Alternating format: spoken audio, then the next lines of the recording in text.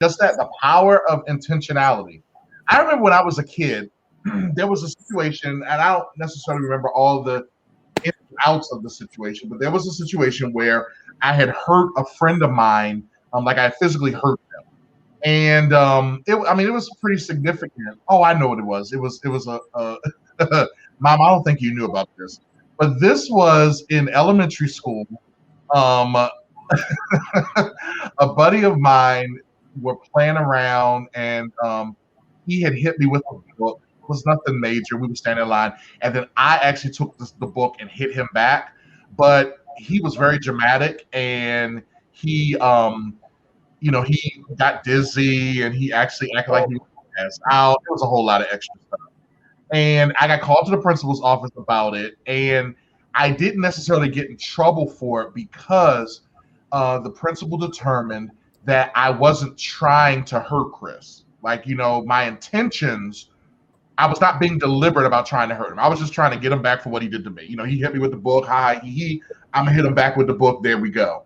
And so with that, I really learned a lesson of the power of intentionality, that there are some things that happen in our lives where the question becomes, did we mean for it to happen, or did it just happen? Whenever you do something intentional, it means it is done on purpose and deliberate. And one of the things, we were talking a little bit earlier about Bill Gates, and we even mentioned Bezos, and we talked about Serena for some other things. We talked about Will Smith. I mean, these are people who are pretty successful in what they do. And every last one of them, the common denominator is that they are very intentional about what they do. Serena is intentional about being a tennis player. And what does that mean to be intentional about being a tennis player? She goes out and she practices. She makes sure she's fueling her body with the right things nutritiously so that she can actually perform the way she needs to perform.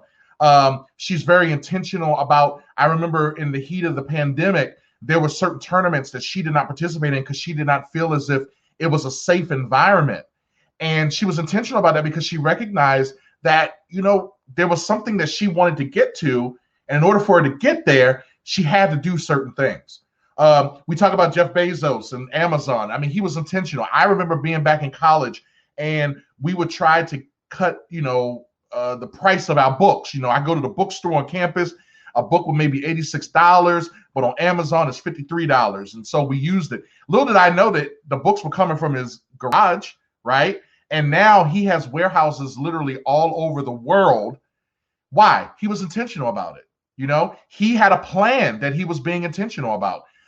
He was putting himself in a position where he said that now you can go to Amazon and get practically anything. I was watching Real Housewives of New Jersey the other night. We were kind of watching it, and Teresa was cleaning out her garage, and there were 100,000 Amazon boxes. And so you think about the rich and famous shop at Amazon, right? And you look at it, Jeff Bezos and what he did, he was intentional. And so the question becomes, what are you intentional about? What is it that you say that these are things that you want to get, these are things that you want to do, these are things that you want to have.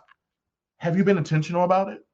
Like, what have you done to be intentional? There's a great quotation by Richie Norton that says, intentional living is the art of making our own choices before others' choices make us. Wow, think about that. Intentional living is the art of making our own choices before others' choices make us. I mean, listen, I, like the rest of them, have some things that I want to do in my life.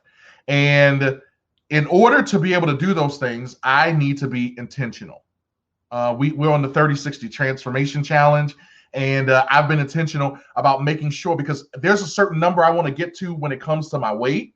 By the way, everybody, I'm 5.2 pounds lighter than I was this point last Saturday. So we're praising God for that. But what led to that? I was intentional. I'm intentional about what I put in my body. I'm intentional about what times I eat. I'm intentional about some of the things that I did. We had some situations that came up this week, found out some bad news about my car, that we need to get a new engine for it, and we're not sure if it's going to be covered.